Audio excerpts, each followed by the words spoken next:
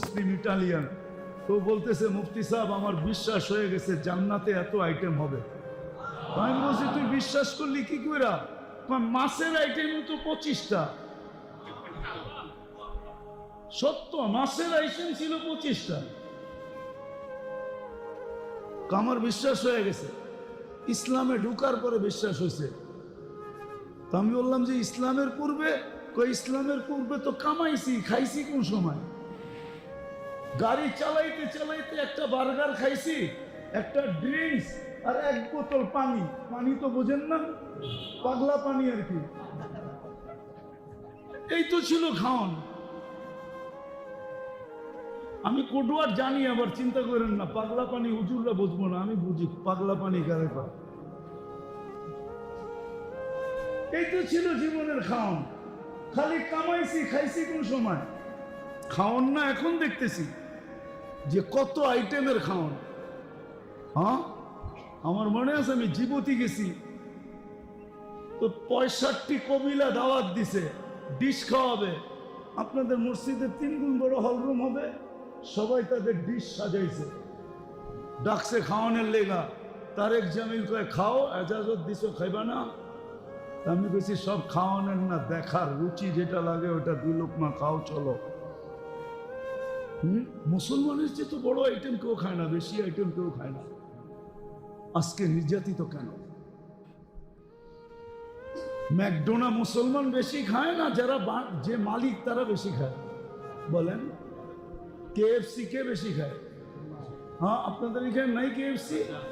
যে দেখেন তো মুসলমান বেশি খায় না অন্যরা বেশি খায়? নারায়ণগঞ্জে তো আরো লোক আছে না? নাই না? নাই, নামই তো নারায়ণগঞ্জ, ঠিক না? আরো লোক আছে না? এরা কেএফসি বেশি খায় না আপনারা বেশি খান? সারা দুনিয়া তো মুসলমান সবচেয়ে বেশি খায়। হ্যাঁ, সারা দুনিয়া তো মুসলমান সবচেয়ে বেশি খায়। এই যে রাডু গড়ি পোড়া বয়ে রয়েছে, নেটে সার্চ দিয়া দেখো তো দুনিয়াতে রাডু কারা সবচেয়ে বেশি ব্যবহার করে। নেট তো সবার মোবাইলে আছে, সার্চ দেন। কোম্পানিকে জিজ্ঞাসা করেন যে তোর রাডু সবচেয়ে বেশি কারা কিনে? বলবো মুসলমান কিনে। ওরা এত পয়সা পাইব, তো সারা মাস বাকি খায়। মনে হয় বোঝেন না, মনে হয় কি বুঝছেন? সারা মাস বাকি খায়, কাঠ পাঞ্চ করে খায়।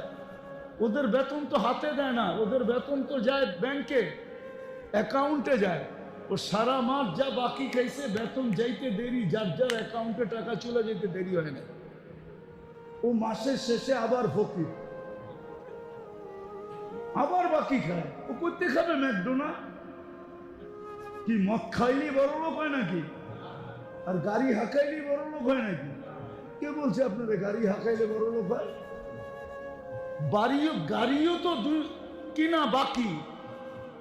কি কি এই জন্যই তো বউর বিল কোনোদিন স্বামী দিতে পারে না। নাই তো কোত্থেকে দিব?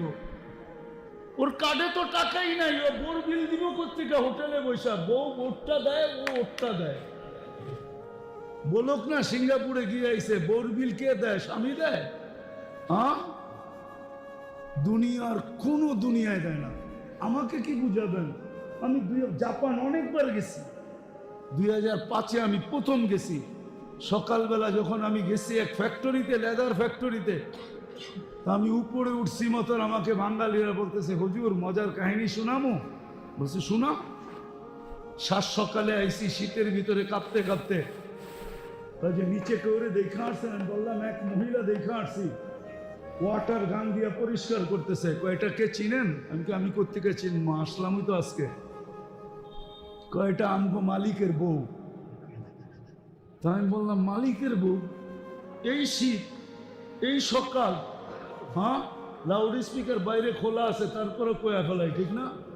এই সময় তো মজা হইলো, দুইজনে ল্যাপের ভিতরে শুয়ে থাকা, এর চেয়ে মজা আর কি আছে? এত বড় ফ্যাক্টরির মালিকের বউ, ও তো যাইতেছিল, ও করবো শোক, ঘুমাও ল্যাপের মধ্যে, তারপরে ও দেখা যাবে কি হয় না। হুজুর চাকরি করে। আমি কি কেন? ও যে মদ খাইবো পয়সা পাবে কই? ও যে জুয়া খেলবে পয়সা পাবে কই? ও হোটেলে খাবে পয়সা পাবে কই? ও যে আদার সাজগোজ করবে, ওটার পার্লারে যাবে, ওটার পয়সা কে দিবে? স্বামী। ও চাকরি করে, ওই পয়সা দিয়ে ও চলে। হ্যাঁ, ওর পার্থক্য এতটুক, আমরা বেতন যতটুক পাই ও ডাবলও পায়। ও একটু বেতন বেশি পায়, ও একটু বেতন বেশি পায়। শুধু এই কারণে, এই চিন্তা না করার কারণে যে নবীজির মাঝে আমরা, নবীদের মাধ্যমে আমরা কি পাইলাম আর ওনাকে কি দিলাম, কি পাইলাম। আমি তো কয়েকটা দেখাইলাম আপনাদেরকে, আরো ডজন দেখানো যায়, 100টা দেখানো যায়। আপনি কি পাইলেন? নবীজির মাধ্যমে আপনি মায়ের পায়ের নিচে জান্নাত পাইলেন। আপনি ওনাকে কি দিলেন? নবীজির কারণে আপনি মেয়ের পায়ের নিচে জান্নাত, মেয়ে পাওয়ার ভিতরে জান্নাত পাইলেন। আপনি নবীজিকে কি দিলেন? আল্লাহ রসুলকে এসে বলছে, আমার মেয়ে আছে, কি তো মেয়ে পাললে কি হবে? বলছে, 3টা যদি পালিস আর যদি তুই সঠিক পাত্রে দিতে পারিস তাহলে তোর জন্য জান্নাতের ওয়াদা।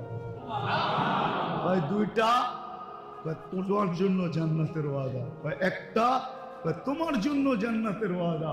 আরেকজন বলতেছে, ইয়া রাসূলুল্লাহ, মেয়েই তো নাই। বলছে, বোন আছে, বোন আছে, বোনকেও যদি পাইলা সঠিক পাত্রে দিতে পারিস তোর জন্য জান্নাত। জান্নাত চিনেন না? কতটুকু হইব? 1200 স্কোয়ার ফিটের, ঠিক না? নাহলে 2400 নিব। হ্যাঁ, জান্নাত তো চিনি না, ধারণাই তো নাই। আল্লাহ রসূলই তো সত্য বলছে, আমার উম্মতের জান্নাতের ধারণা যদি সঠিক হয় তো লা ইয়ানামু তালিবুহা, ওর রাত্রে ঘুম আসবে না, ও রাত্রে ঘুমাবে না, ও তো রাত্রে পায়চারি করতে থাকবে আর উপরের দিকে তাকায় বলবে, মালিক জান্নাত, মালিক জান্নাত, মালিক জান্নাত, কবে যাবো, কবে দেখবো, কবে যাবো, কবে দেখবো, কবে যাবো, কবে দেখবো। ওর তো ঘুম আসবে না, সারা রাত জান্নাত করতে করতে কাটায় দিবে। আল্লাহ তো রাত্রে ঘুমায় না, জিজ্ঞেস করেন। ওরা তো এই কথাই বলে, না খানে মে মজা আতা হ্যায় না সোনে মে, হমে তো মজা আতা হ্যায় তেরে আগে রুমে। আমাদের খাওয়ারও মজা নাই, ঘুমেও মজা নাই, শুধু জান্নাতের মজা, আর কোনো মজা নেই, কান্নার মজা। আজকে তো জান্নাত আমাদের ভিতরে ঢোকে না, জান্নাত আমরা চিনি না, জান্নাতের আলোচনা মসজিদে হয় না, জান্নাত তো জানি না, যুবক জান্নাত জানে না। যদি জান্নাত জানতো, আমার বিশ্বাস আমার যুবক এরকম হতে পারে না। ও যৌবন এইখানেই খুঁয়ে দিবে নেশা করে। ও তো জান্নাতের নেশায় নেশাগ্রস্ত হতো, ও মাদকে কোনোদিন নেশাগ্রস্ত হতো। ও তো জান্নাতের নেশায় নেশাগ্রস্ত হতো, ও মাদকে কোনোদিন নেশাগ্রস্ত হতো না। আজকে যেইভাবে যুবক নষ্ট হইতেছে, সারা রাত্র নেট দেখতে থাকে, ওর জীবন এইভাবে নষ্ট হতো না। ও যদি জান্নাত এখানে ঢুকতো, ও জান্নাত জানেই না।